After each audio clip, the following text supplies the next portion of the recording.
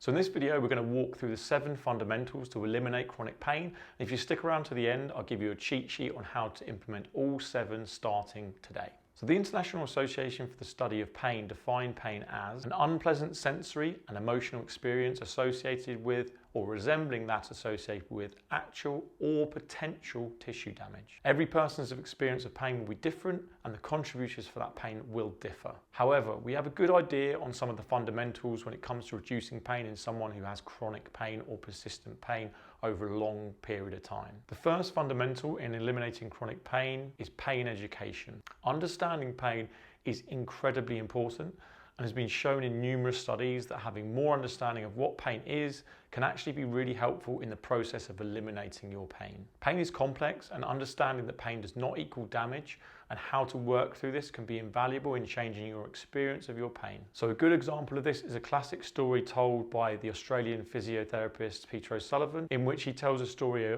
of a builder coming into an Australian A&E department after falling off scaffolding and landing on his boot on a massive nail. A nail had gone through his foot, through the boot, and he came into the A&E department absolutely screaming agony, worst pain that he'd ever felt. After removing the boot, they found that the nail was actually through the middle of his toes and wasn't in contact at all with the person's skin or any structures whatsoever in the foot. And what this shows is that our thoughts and our perceptions can create an experience of pain, and that pain does not need to be only because of the structure causing pain. Now, this story is not to say that there is never tissue damage involved in pain, but that in chronic pain, often investigations have found no physical cause for the pain, but that doesn't mean that the pain is any less real for that person. There's some excellent resources out there to educate yourself correctly on pain. Explain Pain is an exceptional book, and there's also a fantastic free resource by Greg Lehman on his website that I would highly recommend. I often give this to patients, and you can find a link for that in the description of this video.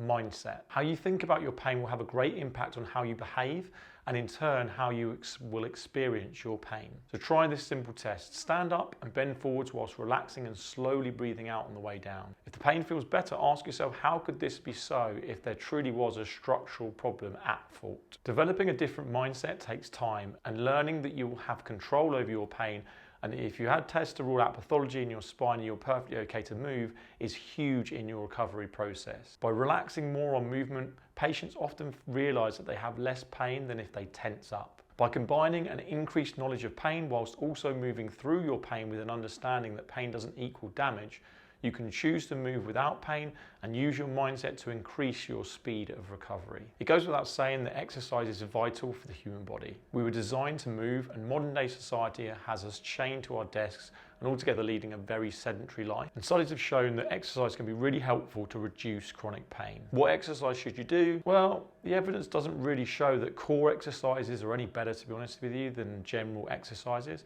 So here's my advice and the advice I give to my patients. Pick something you enjoy and become really consistent with doing that thing. Start with twice a week for 30 to 60 minutes, or even less, to be honest. It doesn't matter what it is: walking, jogging, gym work, cycling, walking, football.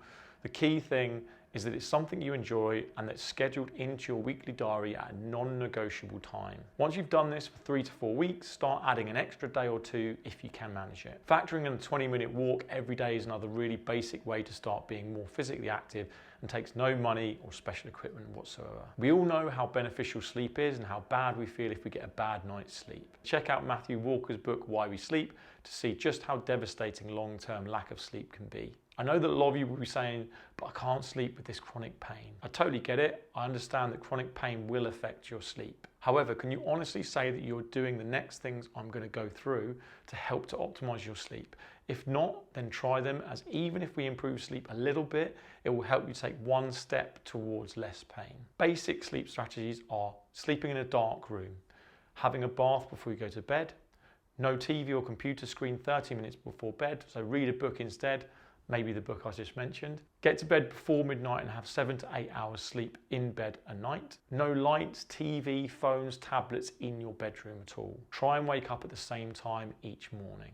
You don't have to be perfect with this list, but just do as best you can to optimize it, and you will sleep better than if you hadn't. Stress, mental health management.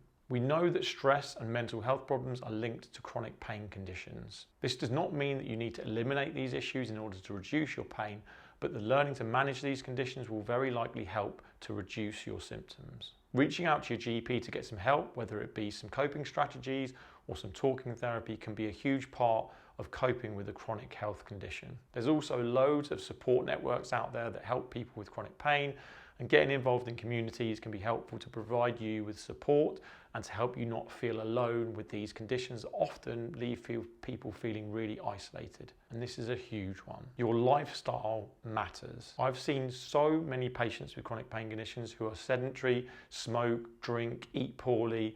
And as a healthcare professional, the frustration is that no amount of medical treatment is going to make up for that extremely poor lifestyle that a lot of people are leading.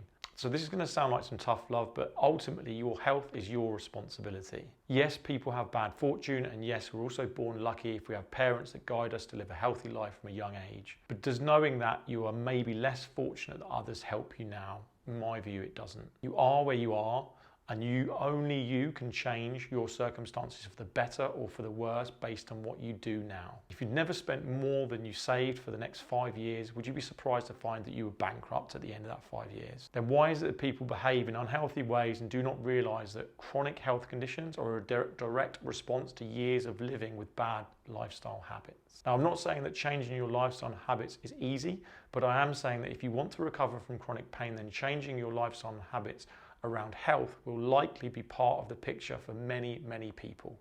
Not all, but many. Look, if you filled a car with the wrong type of fuel and it broke down, would you be that confused? I didn't think you would. Then why do you eat crap food and expect your body to do anything else but break down? Processed food, alcohol, high sugary treats, among other things, our bodies do not need, but give us a high dopamine hit when we eat them and gives us that short-term high. The problem is that those foods do not give you the required nutrition to recover physically and mentally. Eating foods that are unprocessed and getting a good balance of protein, fats and carbohydrates is going to be a great start for most people with regards to reducing chronic pain. There are loads of diets that propose to be better than others, but in all reality, the nuance should only come once you've started to be consistent doing the basics. Get the basics right first. Getting plenty of vegetables of different colours, green leafy veg plus healthy fats from fish and nuts, and carbs from rice, sweet potatoes and other seeds and beans would be a solid start for most people watching this video.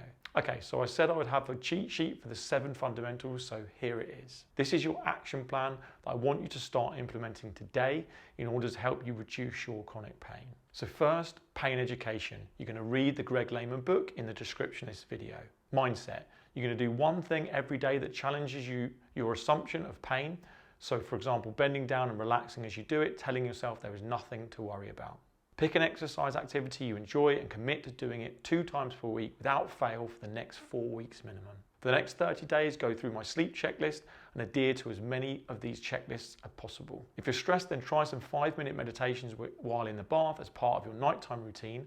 And if you suffer with more serious mental health issues, then go to the GP about talk therapy or alternative treatment. Lifestyle. Commit to giving up smoking, drinking and being more active starting today. Start cooking your meals and eating 1 meal per day that has a mix of protein, veggies and fats from whole food sources with no junk food. Sounds quite easy, but don't underestimate how hard this can be. Remember that if you want to change behaviour, it is all about your habits, and these can be hard to change. There's a fantastic book by James Clear on how you can do this, which is also linked in the description. Look, even if you only change 1 or 2 of these things, it can have a massive impact on your pain and on your life. I hope this video has helped you with 1 step forwards on your journey to reducing your chronic pain. For more info on chronic pain, check out this video I did here. Comment below with which of these areas you most struggle with, or which of the areas you find is the thing you want to work on the most. Look, I really hope this video has helped you in some way, and I wish you all the best with getting better with your chronic pain.